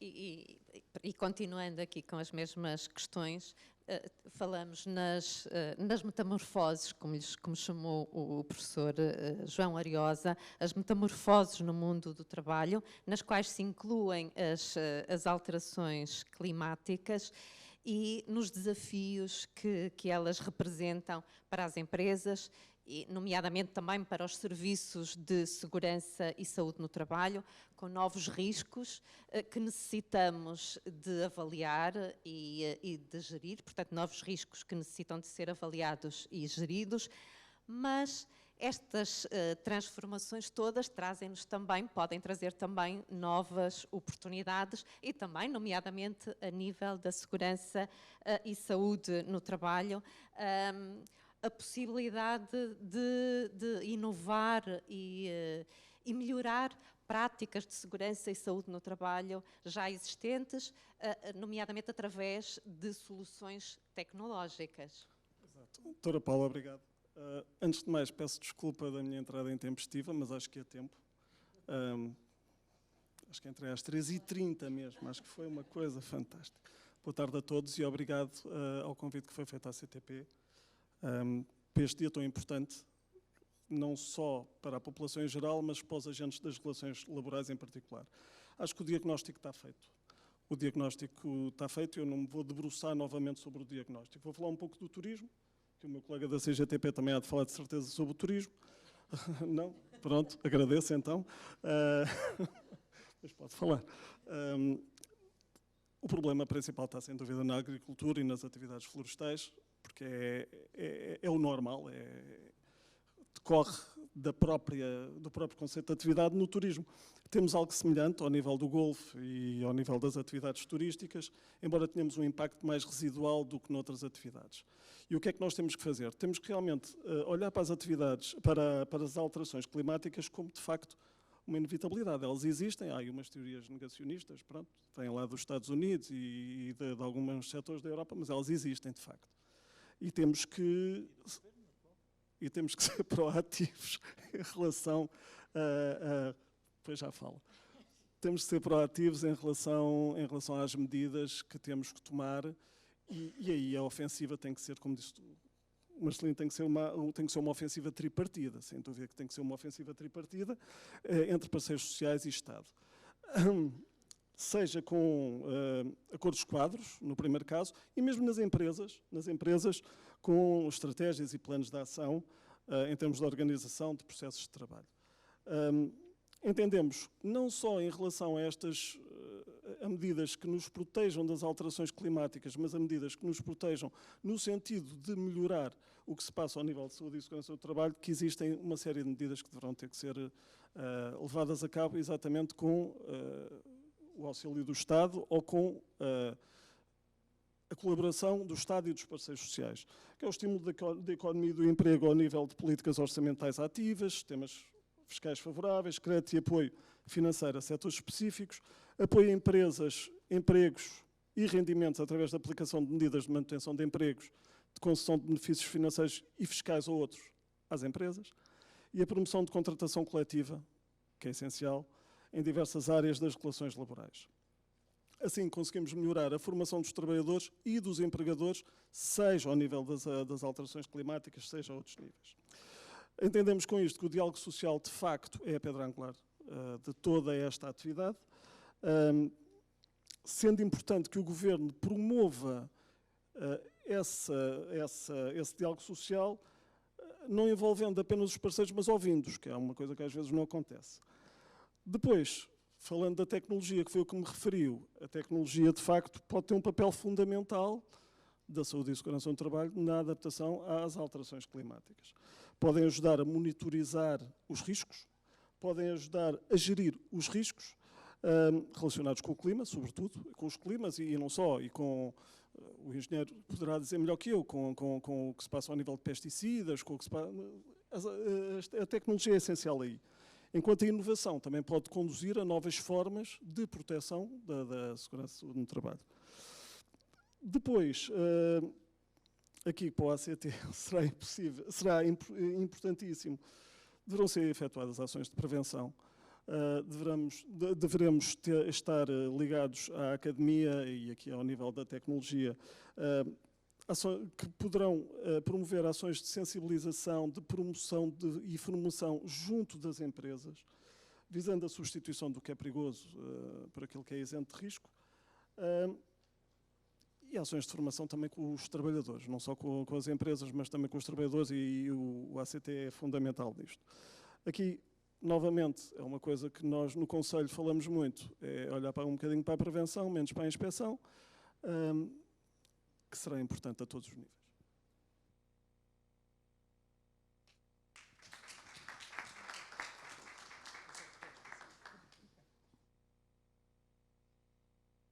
Portanto, sem dúvida que o diálogo social, os parceiros sociais, a participação dos empregadores e dos trabalhadores foram e são essenciais para a melhoria das condições de trabalho, para a promoção de ambientes de trabalho seguros e saudáveis, o que sabemos que tem um impacto, um profundo impacto positivo no bem-estar, na motivação, no desempenho, na produtividade dos trabalhadores e, consequentemente, na sustentabilidade e na competitividade das empresas e no desenvolvimento económico e social.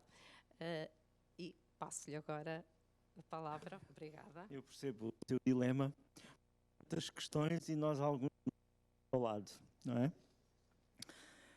Eu queria começar por saudar, em nome da CGTP, todas e todos os presentes, os oradores, e também uma saudação especial aos senhores subinspectores gerais, à doutora Mafalda Troncho e ao professor João Ariosa.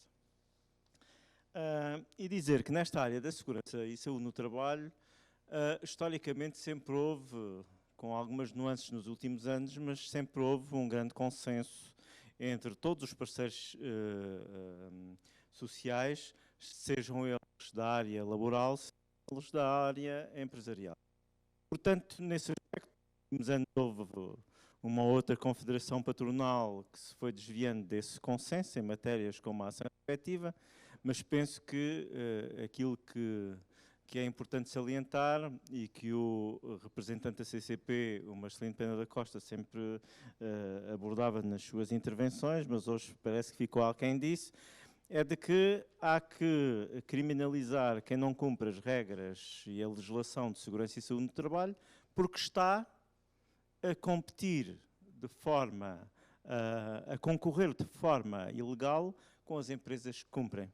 E isto para dizer que a segurança e saúde no trabalho deve ser vista como um investimento e não como um custo para as empresas. Depois também queria aqui fazer uma nuance sobre os acordos, porque nesta área, como já disse, houve um grande consenso, o que levou a CGTP a celebrar acordos na área da segurança e saúde no trabalho. Porque, ao contrário do que se pensa, a CGTP assinou acordos. Formação profissional, Segurança Social de 2001, a Segurança e Saúde no Trabalho, salário mínimo. Houve momentos em que a CGTP celebrou acordos e, portanto, não, é um mito de que a CGTP não celebra acordos. Atualmente não tem celebrado. Depois, e agradeço à ACT, mais uma vez, mas eu julgo que nós, os parceiros sociais, não devíamos agradecer à ACT por nos ter convidado para este debate. É uma obrigação dos parceiros sociais enquanto representantes dos trabalhadores e empregadores. E, portanto, agradecendo, é a nossa responsabilidade, enquanto parceiros sociais, representantes no Conselho Consultivo para a Promoção dos Trabalhadores e Empregadores. Nós não temos muitas dúvidas de que avançámos muito.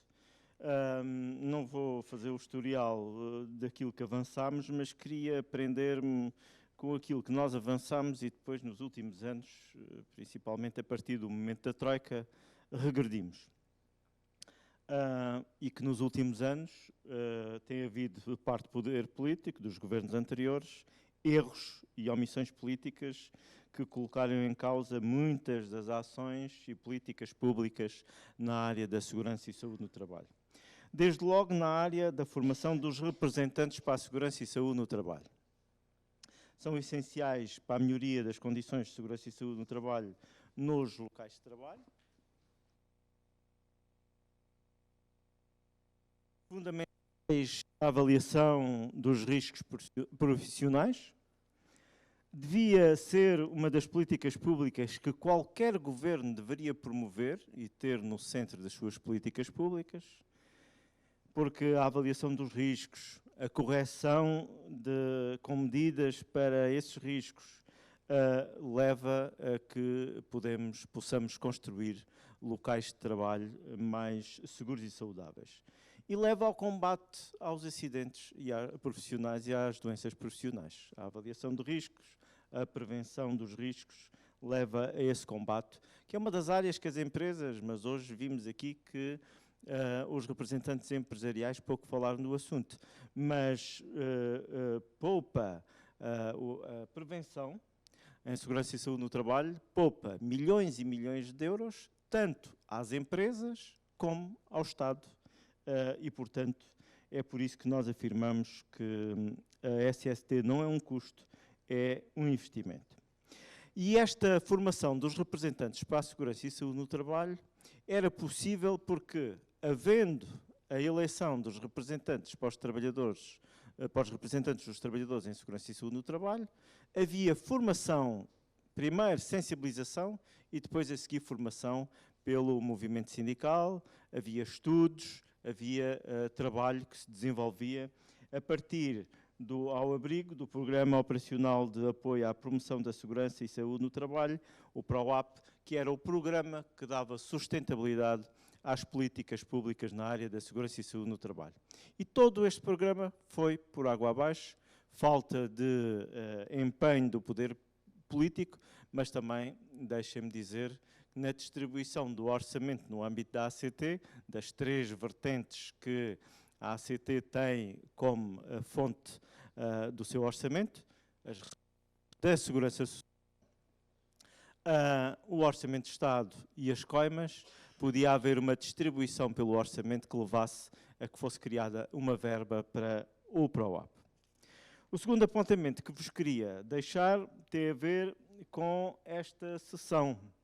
Digamos que o passado, numa questão concreta, que é fundamental para que levar os representantes para a segurança e saúde no trabalho e eleger mais representantes, mas o presente é sobre esta sessão. Esta sessão é muito útil, mas normalmente esta sessão realizava-se na Assembleia da República, tinha como um objetivo apresentar o relatório de promoção da segurança e saúde no trabalho do ano anterior às autoridades públicas, à Assembleia da República, aos órgãos de soberania e ao Governo. Normalmente, na mesa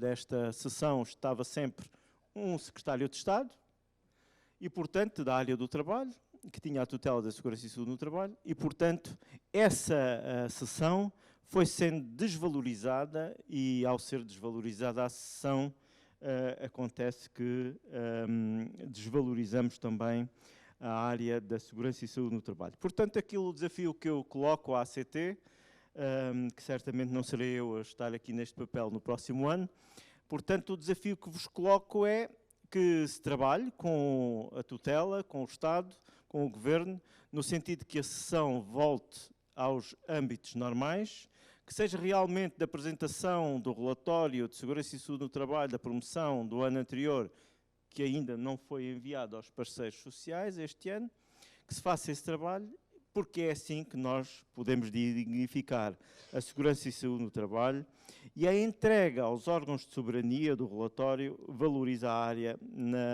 da promoção da segurança e responsabiliza o poder político, que é isso que nós devemos tentar.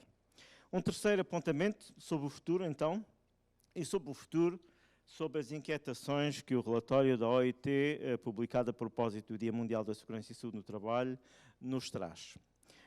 E agradecer a intervenção, queria complementar com alguns dados.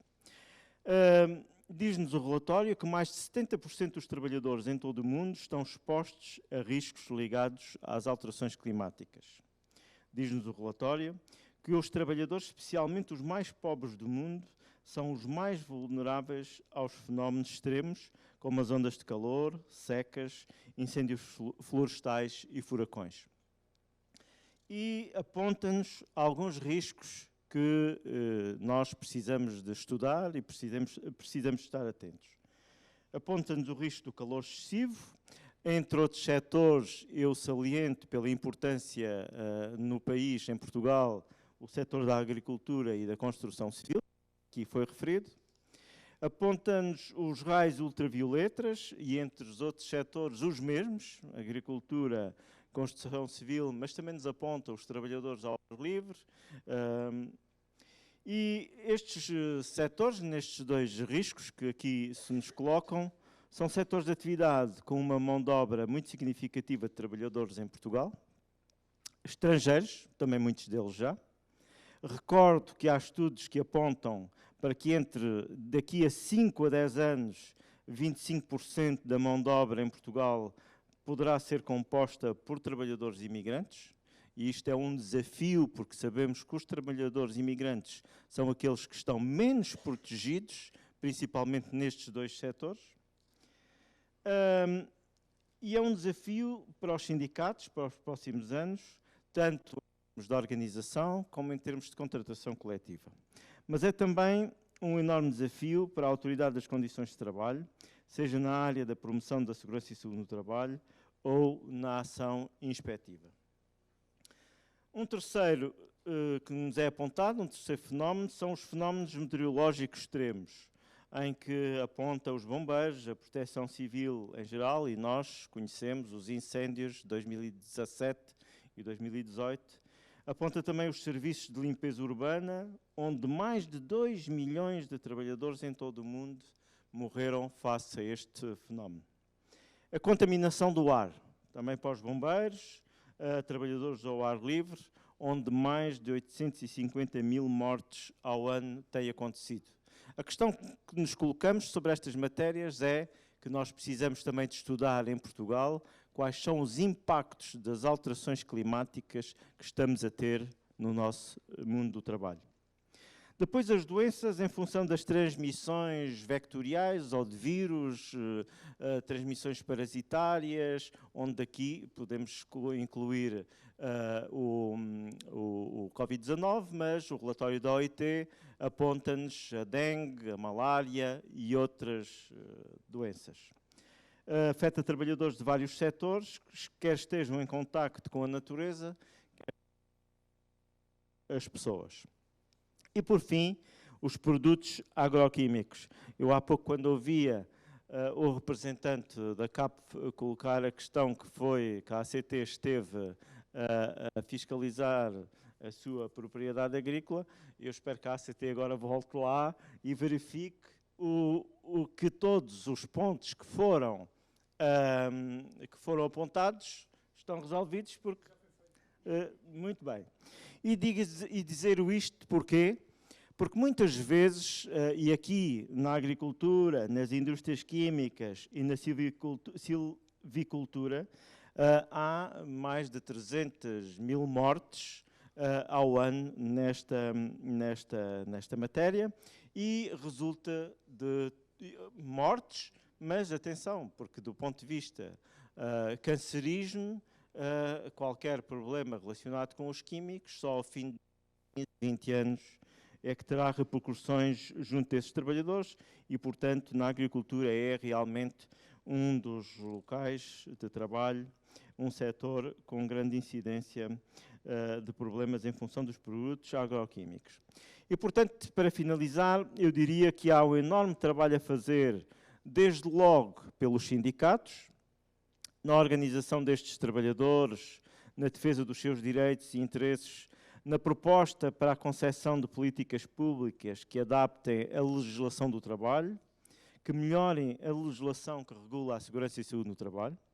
Mais uma vez, a ACT tem aqui um papel fundamental, mas para haver consequências positivas é preciso que a ACT tenha objetivos claros e orientação política clara para o tipo de inspeção e o tipo de promoção da segurança e saúde no trabalho. E depois, a prevenção em segurança e saúde no trabalho é essencial para construir os locais de trabalho seguros e saudáveis que referi na minha intervenção. A avaliação dos riscos é fundamental e com a avaliação de riscos podemos eliminar, com as propostas de medidas positivas, podemos eliminar muitos dos riscos ou minorar esses riscos. E também, através da contratação coletiva, seja na contratação coletiva ou nas políticas públicas, via legislação de trabalho, também é um desafio que temos pela frente. Diria, para terminar mesmo, que o estudo dos novos riscos profissionais, como a digitalização e as alterações climáticas, de formas de prevenção e minimização dos mesmos e subsequente legislação, como já aqui referi, O reforço da ACT, nós defendemos sempre o reforço da ACT, costumamos defender que anualmente deveria haver um concurso para inspectores e para as outras áreas, para colmatar anualmente, ou de 2 em 2 anos, substituir todos os técnicos superiores de segurança e saúde no trabalho, que são poucos, mas também os inspectores de trabalho, que devem ser substituídos, haver um planeamento, e para que não haja concursos para 200 pessoas, haja concursos para 20, 30, 40, que é muito mais fácil de integrar na atividade da ACT. Mas é preciso dar condições à ACT no sentido de melhorar a sua ação, mas como já disse atrás, não é só com os meios que melhora a ação, é também com objetivos claros e com orientação política clara. Depois, a valorização do papel dos sindicatos, assumindo a sua importância na denúncia e combate a práticas laborais, que para além de representarem uma ofensa grave à dignidade do ser humano nos locais de trabalho, constituem também práticas danosas em que muitos aspectos prejudicam a imagem e a competitividade económica das nossas empresas.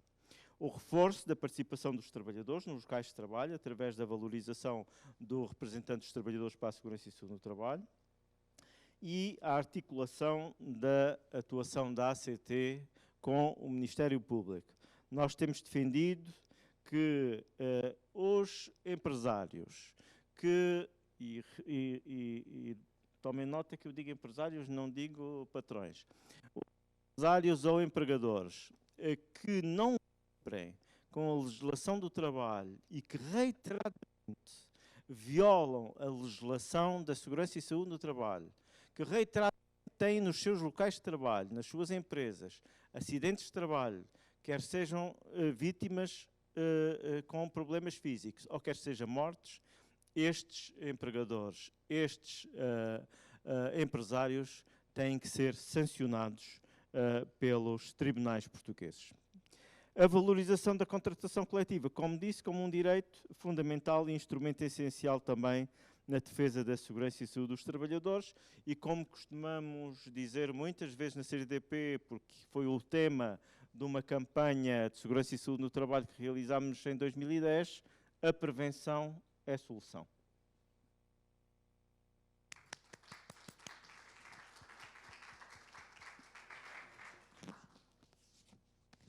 Muito obrigada. Portanto, e agora, e dando continuidade, eu diria que, de facto, como vimos, há já percurso percorrido. No entanto, que estamos perante numa caminhada contínua e numa caminhada que tem que ser percorrida por todos e em conjunto.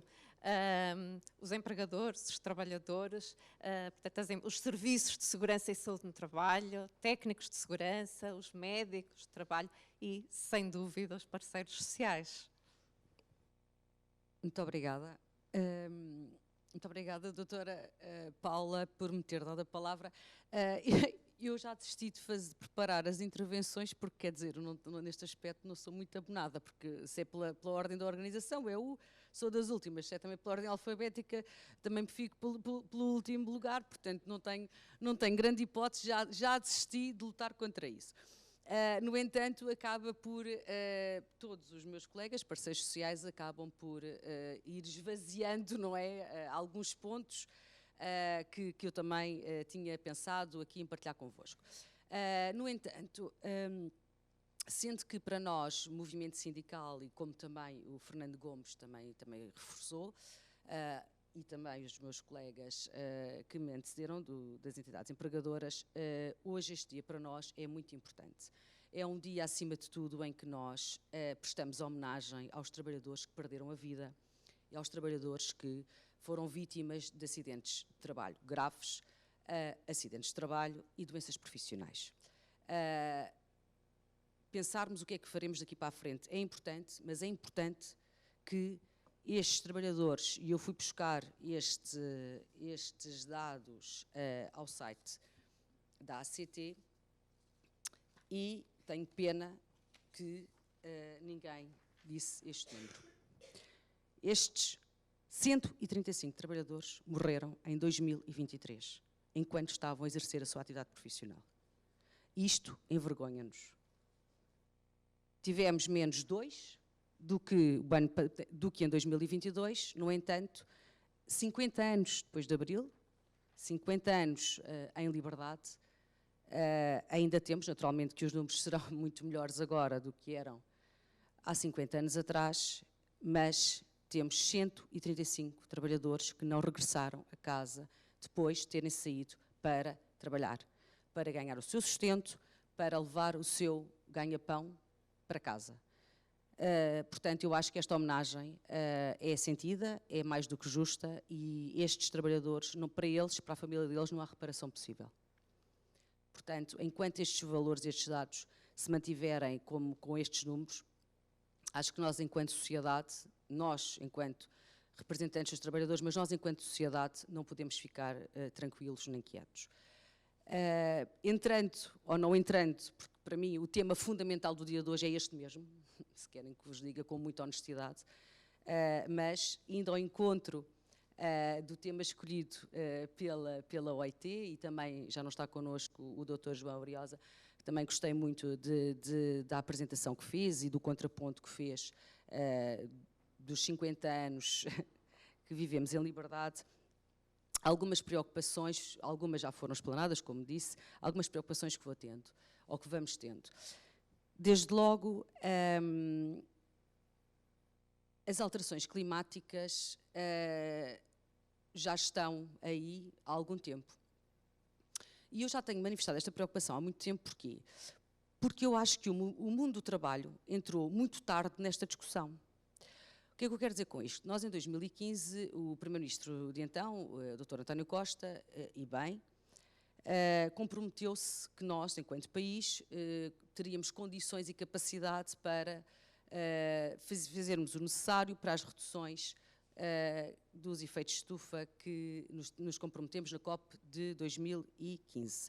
Já passaram praticamente 10 anos. E o mundo do trabalho, no seu geral, não tem conseguido conciliar ou não tem conseguido encontrar o palco necessário para cruzar as questões das alterações climáticas com o mundo do trabalho. Isto é uma realidade. Ou seja, eu sou representante dos trabalhadores da UGT no CNADES, que é o Conselho Nacional de Ambiente e Desenvolvimento Sustentável. Por parte da CGTP está o José Janela, que temos muitas das vezes articulamos algumas posições, mas também qualquer um dos parceiros sociais, dos empregadores, também lá está representado.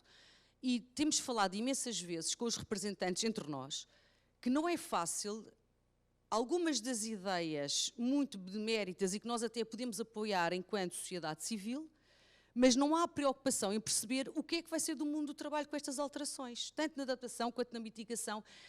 E, honestamente, o ano passado tive a oportunidade de estar na reunião anual da OIT, em que uma das comissões era justamente a transição justa, e percebia-se que havia alguns temas, e estamos a falar nestas reuniões anuais, portanto, há representantes tripartidos do mundo inteiro, porque naturalmente que nós estaremos muito mais à frente em medidas e em propostas e em planos de ação e já medidas concretizadas e implementadas do que países, por exemplo, da África, sei lá, a América do Sul também, com algumas dificuldades, alguns países da Ásia, e muitas das vezes o que é que os europeus tentam fazer? É alavancar os outros países para que, tentando baixar um bocadinho os nossos estándares, se quiserem, mas para tentarmos alavancar os outros países a tentarem chegar, pelo menos, aproximarem-se dos objetivos que temos em termos globais. E havia muita dificuldade em consciencializarmos textos, porque esta postura de nos colocarmos o mundo do trabalho e as alterações climáticas não é fácil e não é um tema, se falarmos das relações laborais, não é? Quem quer que ande neste meio, quer dizer, algumas coisas tem a obrigação de ter que saber, não é?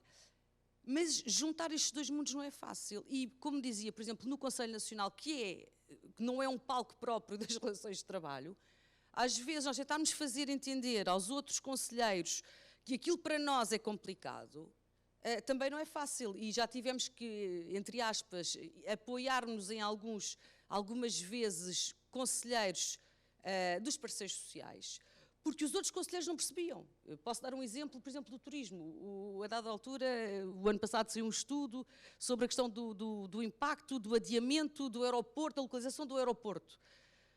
E a dada altura, pronto, muitos conselheiros achavam que não é prioritário construir esse aeroporto.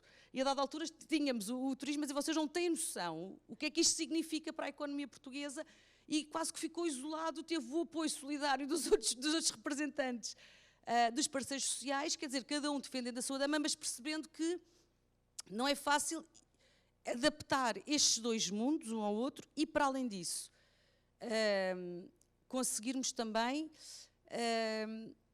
dar voz, neste caso, dar mais voz aos trabalhadores nestas medidas. Porquê? Porque a prevenção é um investimento, não é um custo, estamos todos mais do que de acordo, é impensável continuarmos a ter os valores que temos,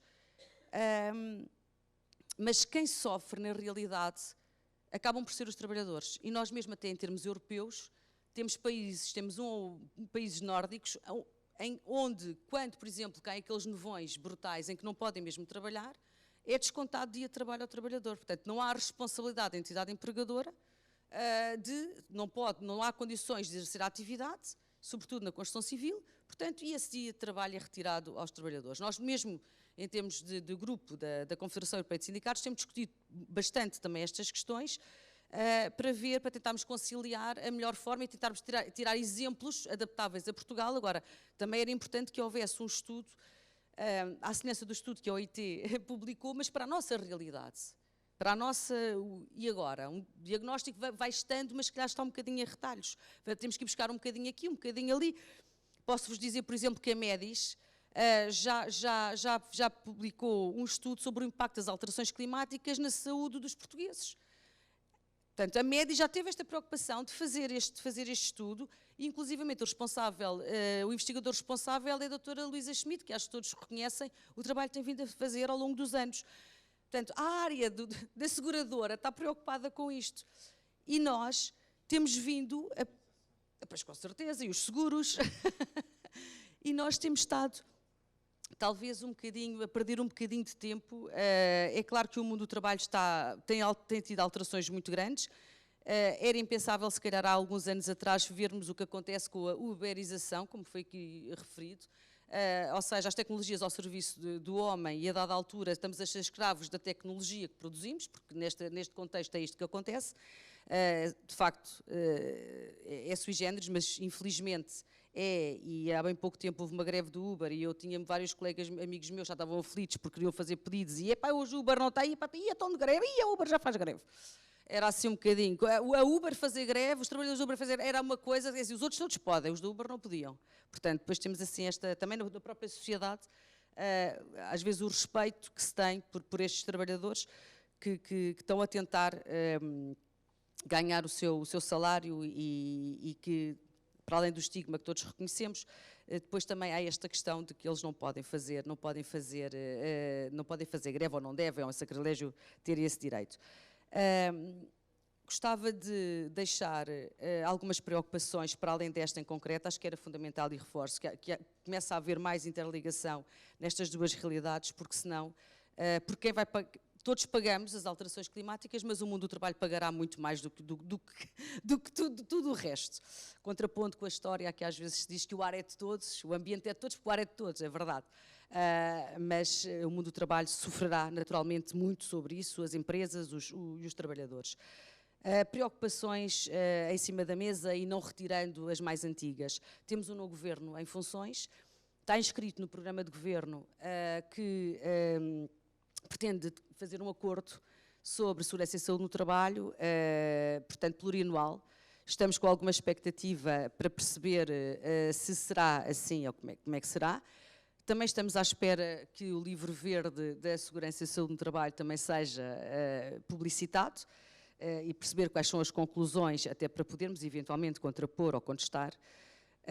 Queremos também perceber, tal qual também, ou parafraseando o meu colega Fernando Gomes, quais são as orientações para a ACT, orientações políticas, portanto, o que é que daí vem, sendo que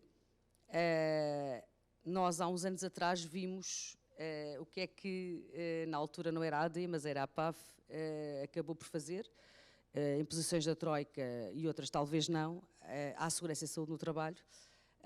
Espero profundamente, e sou uma otimista por natureza, que não vejamos os direitos dos trabalhadores nesta área, no geral, mas nesta área em concreto, serem esvaziados e que seja de facto efetivada a proteção dos trabalhadores, que passe de uma vez por todas da legislação para a ação, porque nós temos o nosso tecido empresarial também, como já foi dito, é de micro e pequenas empresas, mas o desafio é de todos, como é que lá chegamos? É dos empregadores, também é nosso.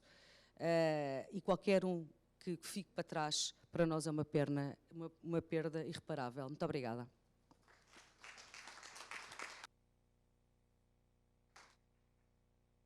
Muito obrigada. E terminamos com o otimismo, com a palavra de otimismo. A mim resta-me agradecer a todos por terem partilhado connosco todas estas preocupações que são de todos nós, e por partilharem também as reflexões sobre um assunto que a todos nos preocupa e que a todos nós diz respeito. Muito obrigada a todos, e eu aproveito para dar por encerrada esta sessão, agradecer também a todos os presentes e convidar-vos para um café de despedida no lunch. Obrigada, até já.